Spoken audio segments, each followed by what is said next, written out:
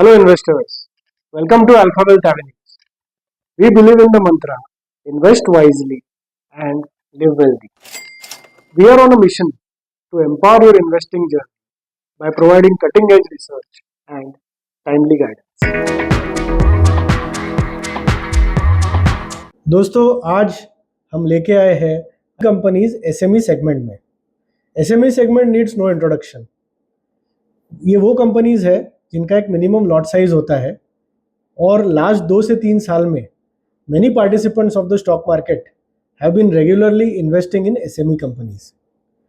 SME companies generally small size की होती है, इसीलिए they grow very fast.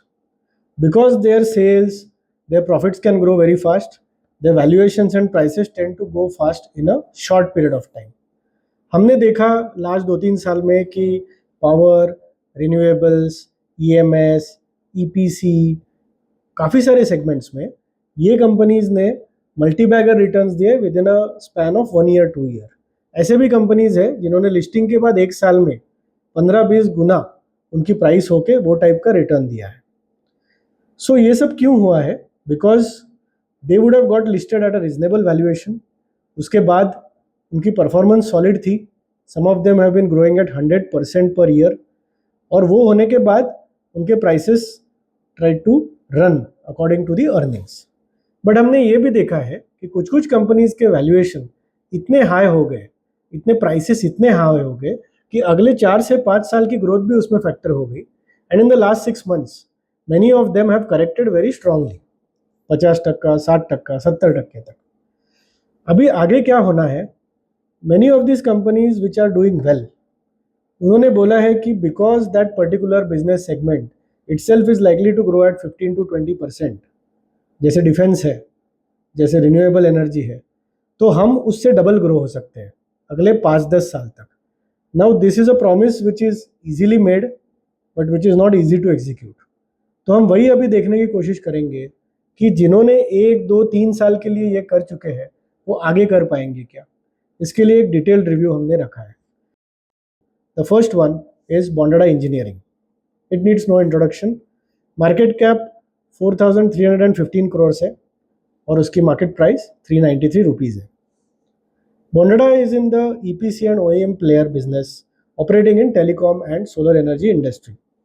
ये कंपनी की manufacturing facility Telangana and Andhra Pradesh में है, जहाँ पे ये टाइप के प्रोडक्ट्स बनाती है। ये कंपनी ने एक प्रेफरेंशियल इशू में कैपिटल रेज किया था 107 करोड़ का at a issue price of 591 rupees पर share. A few marquee investors have also put good investment in this company. One among them is Farooq Patel, who is the CMD of the KP Group. KP Group has also focused on renewable energy business segment in the last few years, और उनके भी companies multibagger बन चुके थे।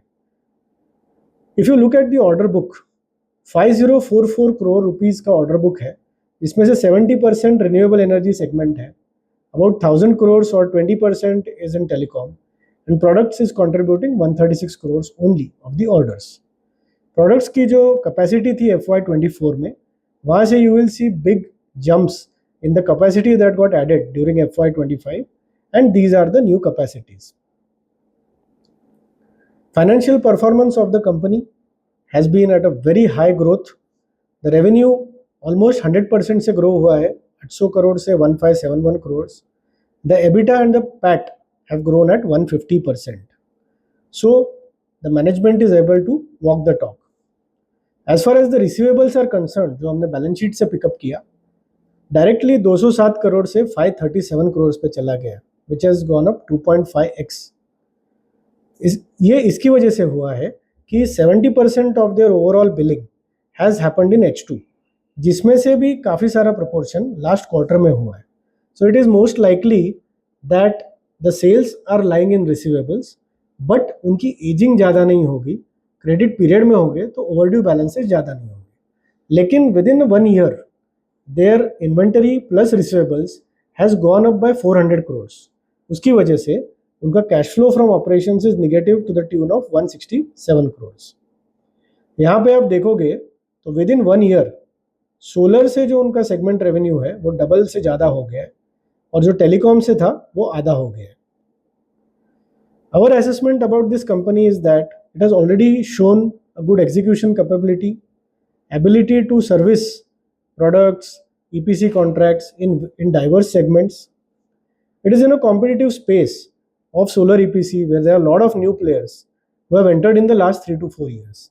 इससे generally वहाँ पे एक मार्जिन प्रेशर आता है. आज जो इसका एबिटा मार्जिन डबल डिजिट्स में चला गया है, वहाँ पे ज़रूर प्रेशर आएगा. However, the good part is the top line growth seems to be on track. Companies का जो बड़ा ऑर्डर बुक है, इससे अगले 2 साल का रेवेन्यू का हमें विजिबिलिटी मिलता है. An important part for an EPC player is how well it is able to convert the receivables to cash.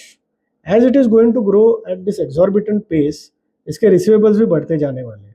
तो इसमें 2 इंपॉर्टेंट पार्ट्स रहते हैं. अलग अलग माइलस्टोन के कंप्लीशन पे whether the big guys are going to release their money on time. Second is generally many contracts carry a retention amount, और वहाँ पे अगर कुछ रिडक्शन हो गया तो उनके मार्जिन अफेक्ट कर सकती है.